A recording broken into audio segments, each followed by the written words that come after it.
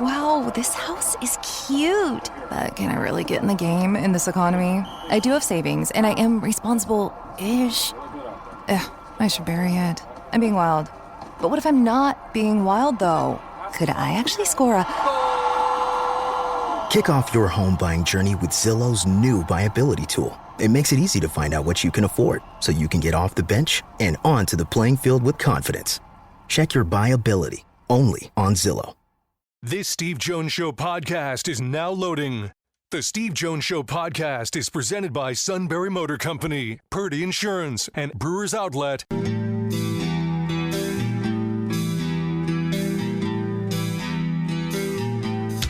Bringing you an in-depth look at Penn State sports and more. This is the Steve Jones Show on News Radio 1070 WKOK. The Steve Jones Show is presented by Brewers Outlet, Sunbury Motor Company, and Purdy Insurance. Now from the Sunbury Motor Studio, here's Steve Jones. This half hour being brought to you by Brewers Outlet, Reagan Street in Sunbury, the beverage supermarket. Imports, domestics, microbrews, the best selection of beer anywhere. Wine coolers, waters, soft drinks, snacks. They roast their peanuts fresh and out every day. 6 great flavors of slushies.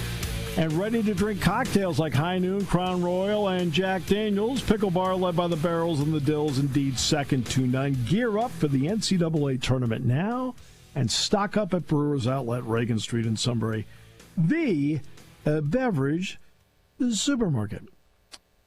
Ladies and gentlemen, boys and girls, children of all ages, we now bring in somebody who, within a week, because the weather's been nice, has dropped his handicap to single digits. Ladies and gentlemen, Nate Bauer. You know, I don't think that's accurate, but that's okay. I like it. Look, there are a lot of people who question what my accuracy is. Just roll with it. Yeah, I mean, listen, as long as it's on the favorable side, I got no issues with it. I'm a positive guy. All right. I like that. Okay, so we'll start with the NCAA tournament. Just the basics. North Carolina, Xavier in, West Virginia out. What was your thought when you saw, because it happened early that North Carolina was up on the board early. What was your thought? Yeah, well, I saw the aftermath. I was in transit, and certainly was not exactly, expecting that. But you know, look, this is an imperfect system with an imperfect. We've talked about this before with football. You're dealing with humans who obviously nobody is free of bias completely, and so the natural tendency to call it into question when the chair of the committee is a North Carolina guy, right? And you've got other teams that are left out that don't have that presence in the room. It creates questions, but I don't know that any of the conversation is especially helpful, because it seems to me that there's one side saying, okay, stop worrying about the 35th best team, right? Because effectively, after the automatic bids, that's what you're talking about, is the 34th and 35th best teams. Don't worry. You spend too much time dealing or talking about discussing those teams when really are they actually in play? Like, is this a team that's going to go on either way? Is West Virginia going to go on either way? I don't know, but no matter how you slice it, somebody's going to be mad that their resume is not taken as seriously or doesn't get the credit that other ones do. But it is what it is. That's what the system is. Well, my argument to Jay, because Jay Bellis is the one that made the comment, and I agree with a lot of what he says along the way, and he says it with great authority. But yeah, you do have to care about it, because I've done this for 43 seasons. So I know what it's like to be around a team that's been left out, and I know what it's like to be around a team that's in. It's important to that entity, right? And then after that, you'll see how it plays out. and everything has different levels to it. Making a Sweet 16 here is a big deal. He played at Duke, and that means you got to get to the Final Four. Well, that's a big deal there. I mean, ask him, if he wants to talk to the Duke football people about making the college football playoff. Yep. Yeah, no question. And it doesn't. Excuse me. It doesn't.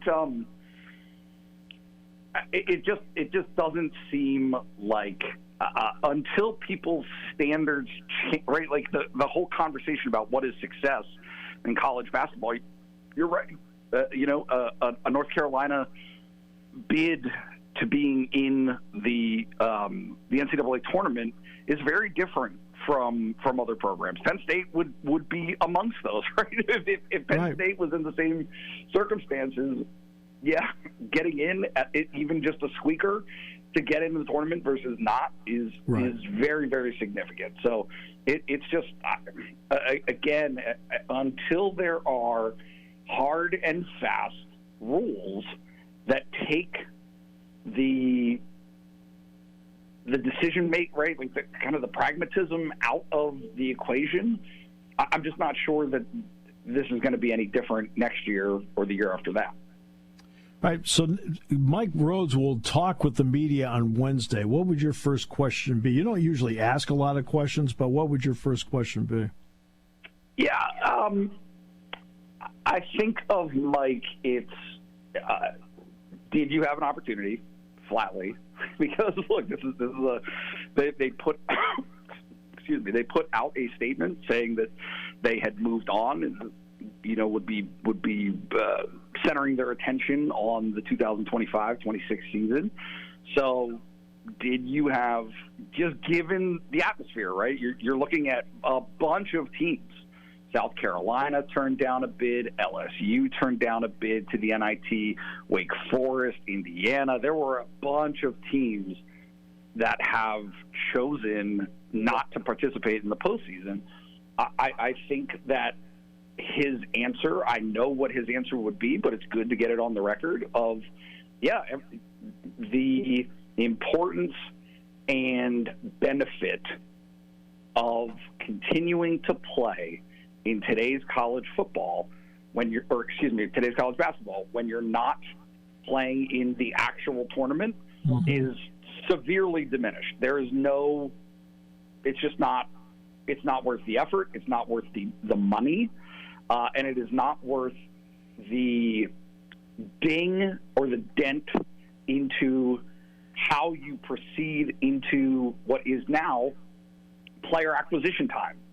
Right? This is roster movement time. And so, in effect, you would love to be playing in the NCAA tournament. But if you're not, you have a little bit of an advantage in that you can start to scour your networks and scour all of the people that are out there who have a read and a beat on who's going to be in the portal, right? How do you prioritize these things? Who are you looking for in the portal? How do you rearrange your roster going into next season? And I suspect that's exactly what he would say.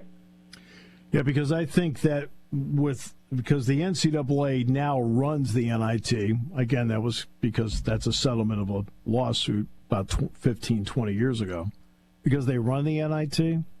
To me, that's an argument if they can figure out the money that they'll go to 76, because now they're seeing a dwindling of interest in playing in the NIT. In other words, an all or nothing. Because with the transfer portal opening up on Monday, yep. You have to, the calendar enters into it too. 100%.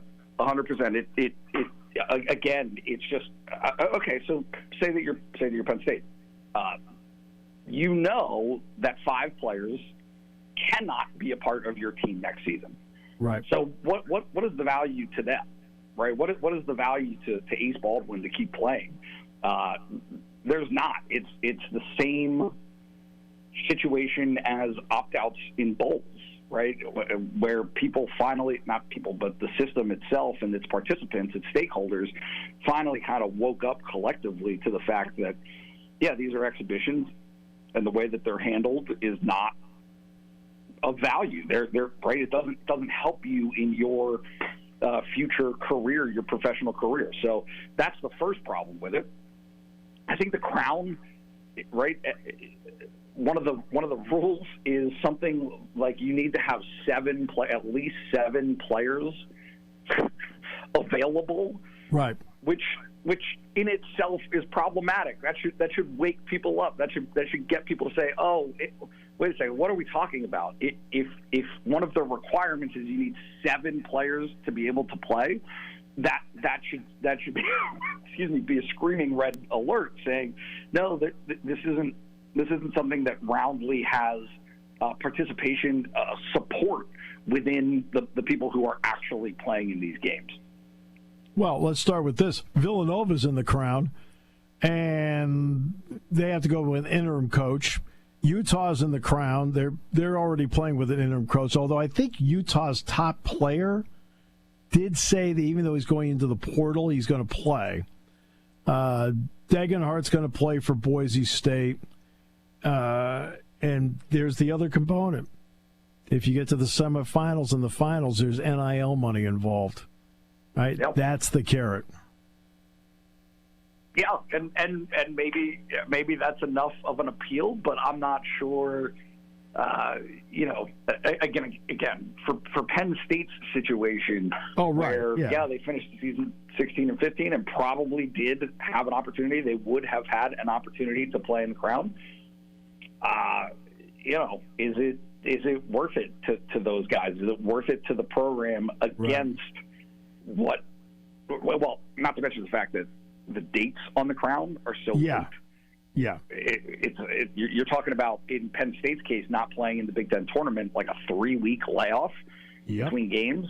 That's just really hard to do logistically. It's hard to keep your guys engaged. Are you going to be all there when it's time to actually play in the thing? I don't know. I'm not sure that there's necessarily a right answer to all of this stuff, but I will acknowledge, at minimum, it's complicated, and there's a lot of different dynamics in play when making these decisions. All right, so now you're going to go into the offseason. Minnesota needs a new coach. We already know Indiana needs a new coach. We're going to find out whether Northwestern does or not. The only reason I say that is there are a lot of people who think Chris Collins is a legitimate candidate for the job at Villanova. What does this do to the dynamics of the conference, if anything? Yeah, that's great. Excuse me, that's a great question. That's why I asked it. Yeah, that's what you do. That's what you do.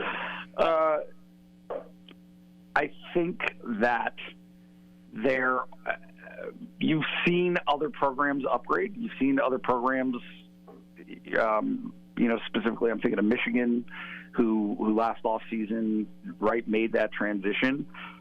I think Chris Collins is a great coach, so I'm not sure, where that stands, what that would do for Penn State. But if everybody else is getting better, and we'll see what happens with Indiana, that's a tough job. The league from Mike Rhodes' first year, where they went 9-11, to this year, where they went 6-14, it got a lot better. I don't know that Penn State necessarily got worse. I think that the rest of the league got a lot better, and then Penn State, which was a very competitive team, found itself in a ton of competitive games, but couldn't close. They couldn't win as much as obviously they would have liked to. I think that there's certainly a warranted thought process of, okay, if other teams are bringing in, or other programs are bringing in new head coaches, what's the honeymoon period, right? The acclimation period for those programs. Maybe that buys you a little bit of time to seize, right? For Mike Rhodes in his third year. But now I think that this is a conference that is starting to understand, if it doesn't already, I think it's in the vein of the SEC. There was just a story, you'll remember it, I'm sure you saw it, last week or 2 weeks ago, about the SEC being all in on basketball, and how the SEC reframed the conversation, where nationally a lot of the conversation was, anything that you're putting towards anything other than football is a waste.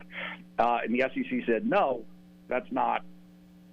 That's not right. There is money to be made. There is success to be had by fully investing in the success of men's basketball. And I think that with some of these moves, the Big Ten is following suit, and the Big Ten wants to be the same. So where you stand in that pecking order of how your commitment, your investment in the program, I think speaks volumes. And I think is probably a good predictor of future success.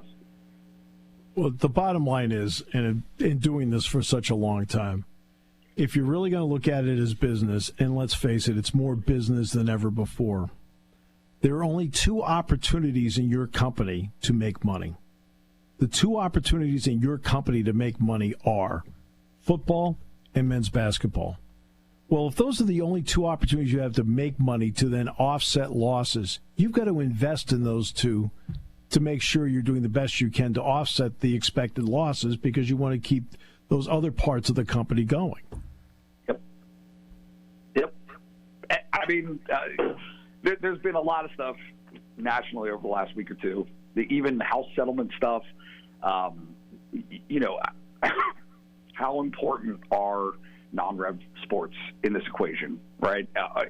And I think that if you think there is value to those sports, the money to fund them is no longer going to come from athletic departments the way that it had previously.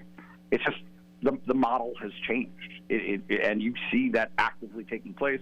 And really, it's as much a survival thing as it is success. And so, where does the funding from those other sports come from? I don't know. If you have to pay and invest for your money-making sports to continue to succeed or to find success that hasn't been there previously, then you got to take away from something else, or you have to make new money. And the reality is both.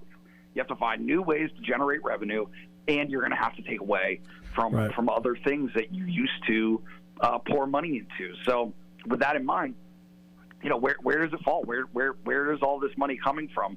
And they are all choices. They're all things that you have to decide what is a priority to you.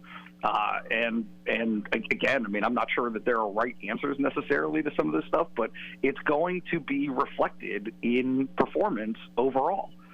You're going to see the teams, right? I mean, what was it, Maryland? The report yesterday that Kevin Willard is not only changing his own kind, right? Not only an extension or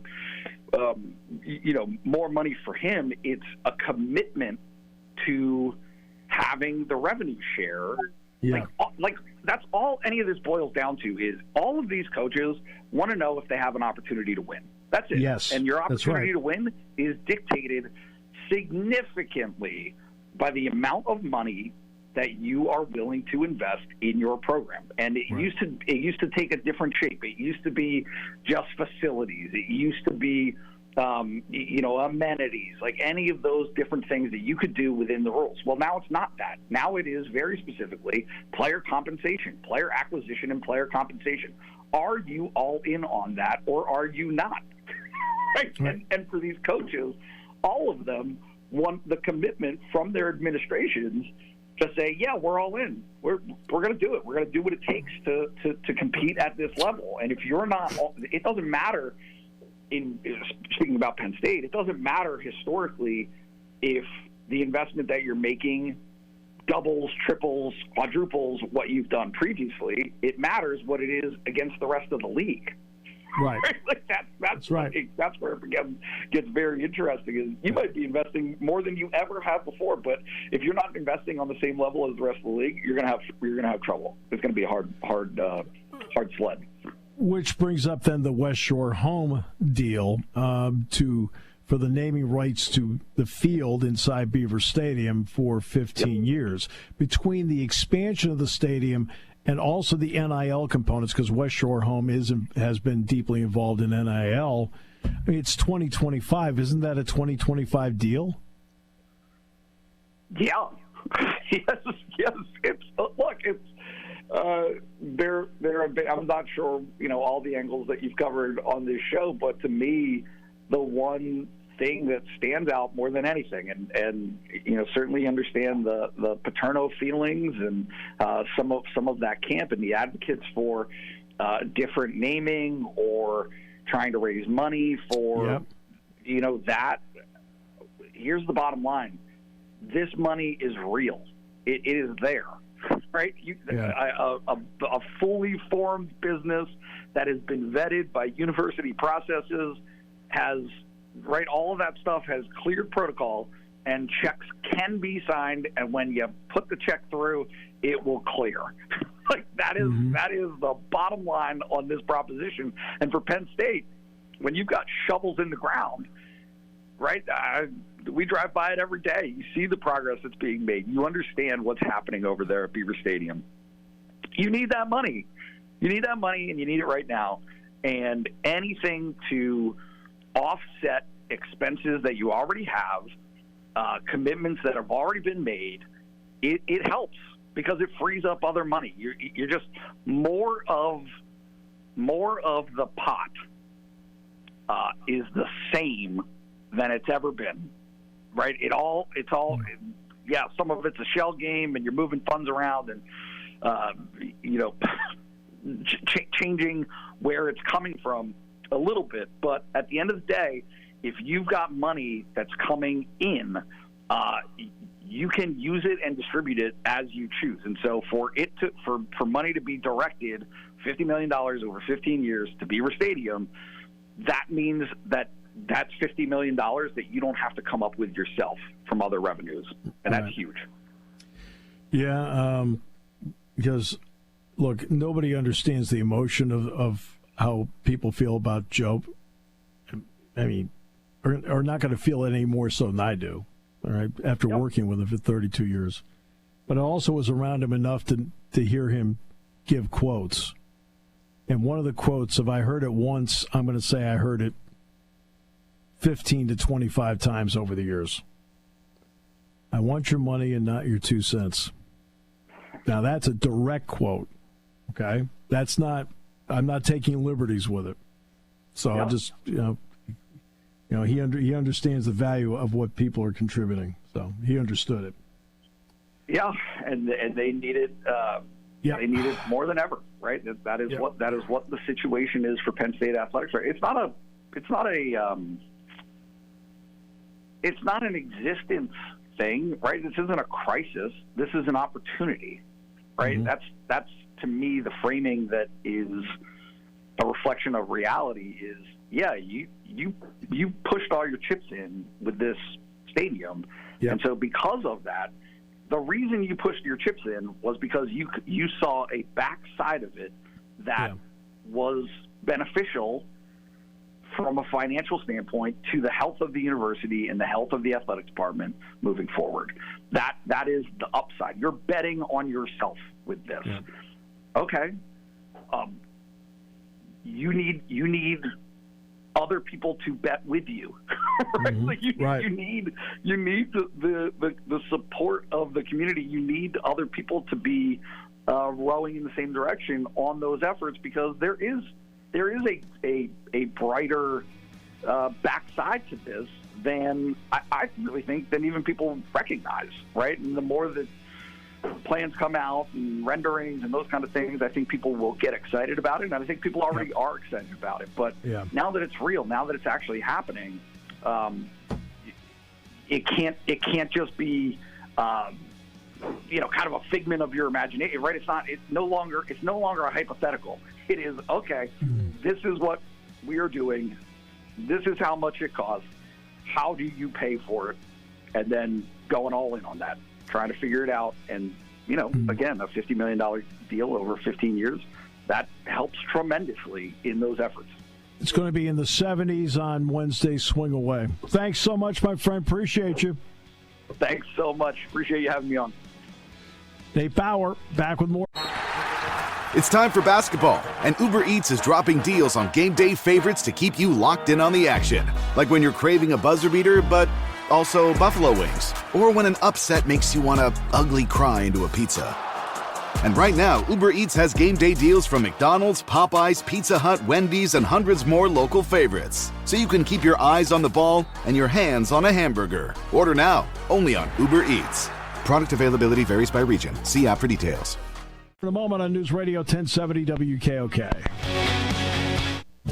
Hi, this is Season. For over 100 years, the Purdy Insurance Agency has been protecting families and businesses of the greater Susquehanna Valley and beyond. With the experience of our trained and knowledgeable staff, you can rest assured that your needs will be evaluated and met by some of the industry's best representatives. No matter what your insurance needs are, call Purdy Insurance today at 570-286-5855. Visit our website at purdyinsurance.com or check us out on Facebook to see what we can do for you. There's something to be said about a sale with a handshake, a service technician who really knows what he's doing. They can explain it in English what the problem is. There's nothing better than having that friend you could trust in the area. That's Sunbury Motors, where you get selection, knowledgeable salespeople, and prices that fit your budget, and more important, that friend you can trust. Welcome to Sunbury Motors, Kia, Ford, and Hyundai. You could shop other dealers and compare prices, but at Sunbury Motors, you get their lowest price promise. They research the current used vehicle market and guarantee their used car prices are the lowest. If you find a lower price, Sunbury Motors will beat it. 3 dealers all in one. See their full new and pre-owned inventory at sunburymotors.com. Pick out a vehicle you like and schedule your test drive online. Follow them on Facebook. Sunbury Motors Ford and Hyundai, North 4th Street, Sunbury, and Sunbury Motors Kia, routes 11 and 15 in Hummel's Wharf. Hi, this is Season. For over 100 years, the Purdy Insurance Agency has been protecting families and businesses of the greater Susquehanna Valley and beyond. With the experience of our trained and knowledgeable staff, you can rest assured that your needs will be evaluated and met by some of the industry's best representatives. No matter what your insurance needs are, call Purdy Insurance today at 570-286-5855. Visit our website at purdyinsurance.com or check us out on Facebook to see what we can do for you.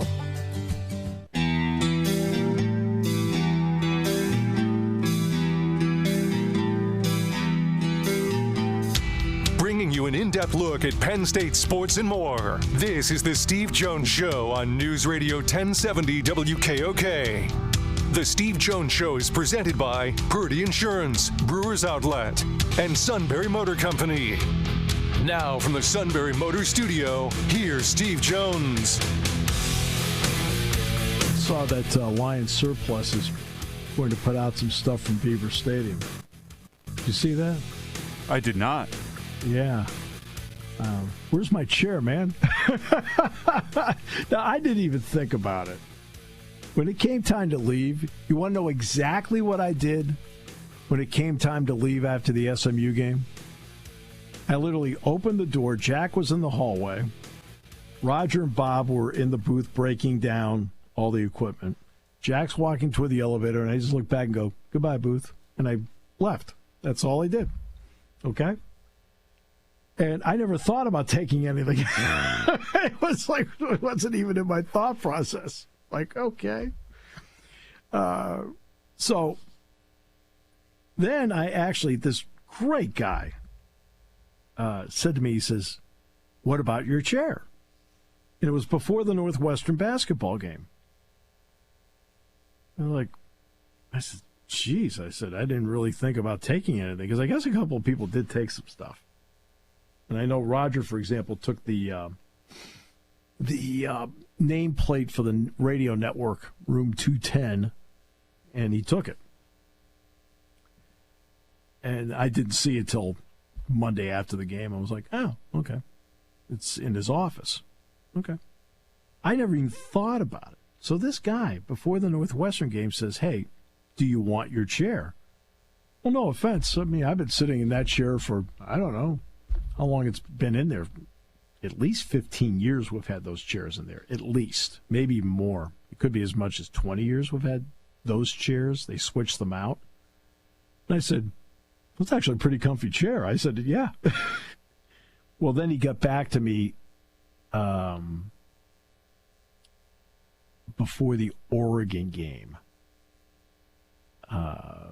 10 days later, and he says, "Oh, I checked, Steve." He says, "Hey, you should have put a label on it." Like, how was I supposed to know? So if it's over there, I'll bet on it. Why not?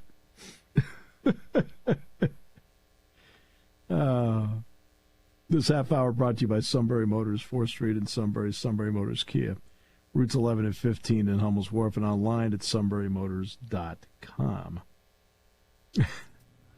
Then somebody realizes it's your chair and you get bet up big. They can have it. I'm not going to bet up that much for it. In fact, what I'll do is I'll tell them, well, the other chair's Jack's. Now. That's sneaky smart there. Yeah. Uh-huh. See that chair over there? That one's Jack's. Oh, well, really? Oh, goodness gracious. How bad were the storms, by the way, in your area?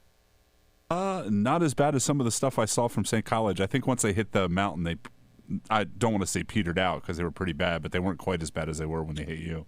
Yeah, well, it came through here with a vengeance, and the worst part of it lasted about 15 to 20 minutes. But boy, it whipped through here, and out at the airport is exponentially worse than here where I'm living. Now, do I have branches down all over my yard, and am I going to be going out there when the show's over with to collect and put them out to the curb, break them down? Sure. But other than that, that's the extent of any damage I have here. And the same thing with the roads around here. But when you get to the western end of town, there's exponentially more. I know there are a couple of businesses in the western part of town where power's still out. And then out by the airport, they've got a lot of damage, and a couple of roads are closed out by the airport. And across 26, I'm more on the 322 side of 26, but across 26 on the other side, in an area called Hauserville, which is where I had built my first house here. I guess they had power out for 11 hours. So, yeah, I was just wondering. We ended up with two. The ones that hit you about like 4 o'clock came through here about 5:45, and then we had another batch about 8 o'clock too that weren't quite as bad, but was still pretty windy and wearing pretty hard. Yeah. So yeah, we had that, and when I saw it whip through, the way it did, and it didn't last that long. You know what I thought about? I thought about all those poor people down in North Carolina, Tennessee, people in Florida, where something like that lasted for hours and days, and the damage is something that's going to take them months and months to recover from. I thought about it looked bad here for 15 minutes to a half an hour. Imagine what it would have been like going through it the entire time. Not great. No, I mean, but that's what I thought of. I thought about those poor people. My goodness. I mean, it looked awful here, but it looked awful here for 15 to 30 minutes. Okay. So, all right. So now we've established North Carolina shouldn't be in, but it's irrelevant. They're in. Right? I mean, that's really what it comes down to. Okay? We can have opinions about whether they should be in or not, but it's irrelevant because they are in. And that's the story. So there's going to be a lot of discussion, which was already going to be a discussion point anyway in the offseason about going to 72 or 76. There are a lot of people that do not want to see it to go past 68, which is perfectly fine in the opinion. I have no issue with that opinion at all. But it's something that will be discussed. So there's no guarantee that the finances can be worked out. When you have, for example, TNT paying 70% of the $1 billion per year, that's an issue. Okay,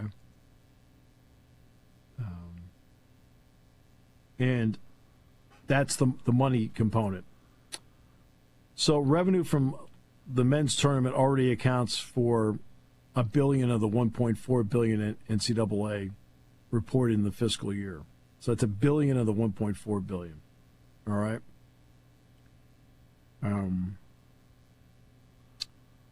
And more teams in the field means more units to distribute, but the key is to get more money to offset it. You can't just do it. Again, it goes back to my story about pie.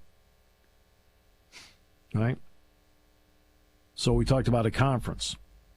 Yeah, let's leave Oregon and Washington out of it because right now their half shares are paid by Fox. So I've got 14 slices. Bang, bang, bang, they're all equal. Now I add in 2 more slices. USC, UCLA. Well, if I take the exact same pie and cut it up 16 ways, everybody's going to get a smaller slice. Unless I come up with the ability, financially, to get a much bigger pie, and now everybody actually gets a bigger slice than before because the pie is that much bigger. So you may be getting a 1/16th slice, but the slice is bigger than the previous 1/14th slice because the pie is so much bigger. That's what you need to do with this. If you're going to add 4 to 8, okay, then it has to be more. Now, as you correctly pointed out, Paramount Plus does streaming. All right?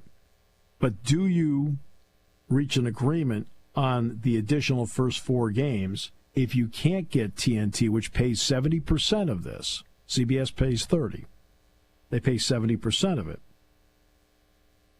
Can you get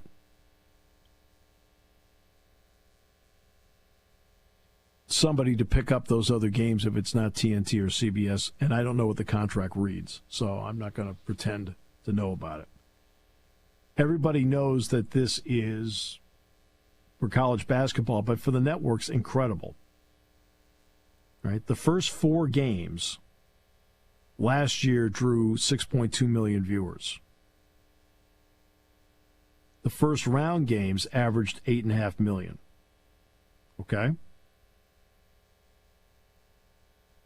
Now, what would the other benefits be? Well, let's face it. If you're going to have more games, what does it mean? You're going to sell more tickets, right? You're also going to have T-shirt and souvenir sales and things like that all add in. Okay? We just talked about West Shore Home. Well, West Shore Home, what does it mean? Okay, what would it mean, for example, to put ads on the courts during March Madness? Would you have additional revenue there? Could you possibly put, and I've talked about this, the patch on the jersey? Okay. Now, you'd have to, I think you have to work it out because of the players. So they're looking for money wherever they can find it right now. Now, when you had the tournament from 32 to 64 in 1985, you had 282 schools. Now you got 364. I mean, when they went to 68, they had 335. Now you have 364. More mouths to feed. Okay? And also the percentages. When you went to 64 teams, it was 23% of Division I. When you went to 68, it was 20%. Okay? Right now, it represents 19%. So if you go to 76, guess what? Remember the highest was 23%? And the low is 19, which is now?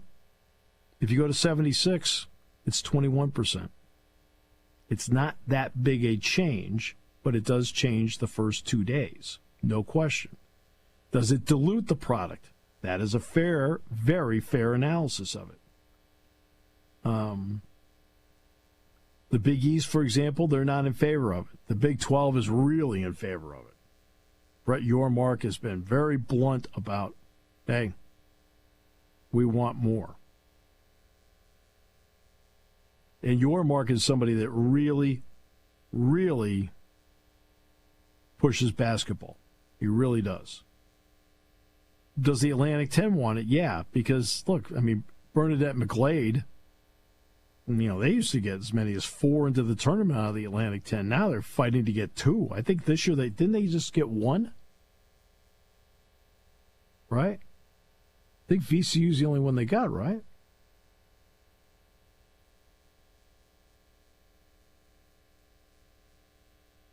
So, go ahead. Did you see that? Yes, no, maybe? Yes, but my button broke on my microwave or on my microphone. That was what was causing so much problems there. Well done. Right? Somebody mentioned to me about the women's tournament. Well, they're getting a lot more money now. They're getting $65 million, okay? With all due respect, the increase looks great. The percentage of increase looks great. It's pennies on the dollar. You're talking about a $1 billion distribution here as opposed to $65 million. All right? There's a $935 million difference between the two. So you've got to be able to figure out, because this is the moneymaker, okay? And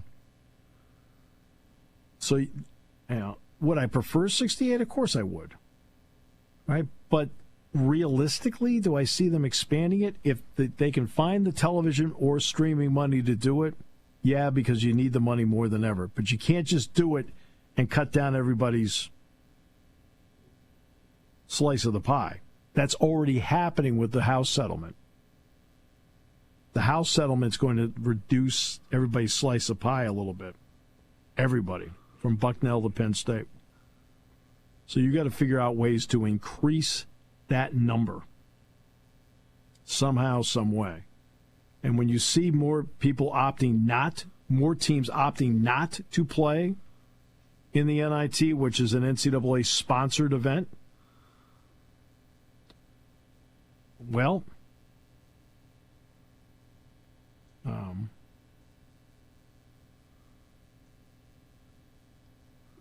those are things that you at least have to consider. Now, is more better? Right? Now, like we're over at the buffet, I tell the soup more is not better, but that's just me caring about him. But in this case, is more better?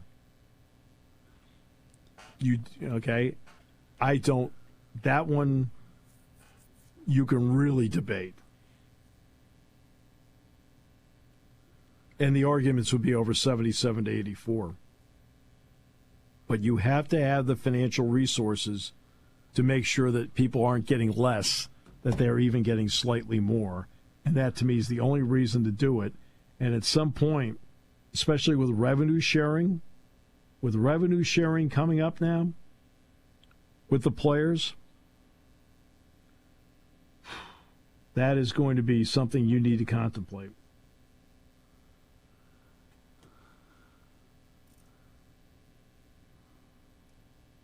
That's just something you need to contemplate.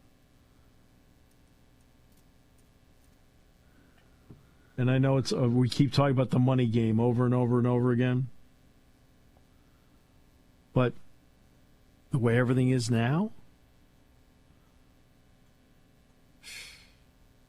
it's 2025. You've got to play the 2025 game. You can't play the 1995 game.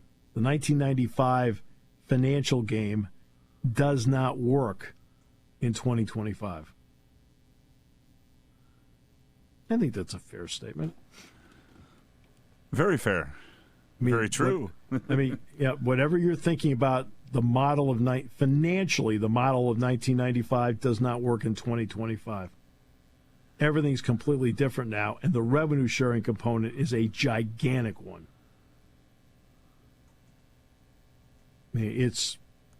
It's huge. And it is... it's just the reality. I mean, that's where we are. Is there's a reality to this, and that's what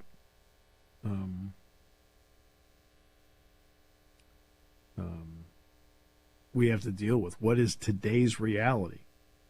We're not going back to the days where scholarship is enough. We're not going back to those days. It's not going to happen. As much as some people strongly believe in that, and you are absolutely entitled to your opinion on that, absolutely. Right? That's part of what drew you into loving college sports. The reality is of 2025 is there's going to be revenue sharing. And it's not that the schools elected revenue sharing, it's mandated by the courts that there's revenue sharing.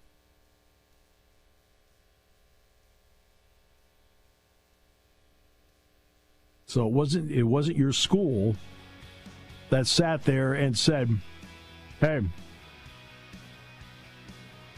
we're going to start paying players. No. The court told them they had to. Well, since the court told them they had to, they've got to figure out a way to make ends meet. And for Penn State, there's also the addition of the stadium.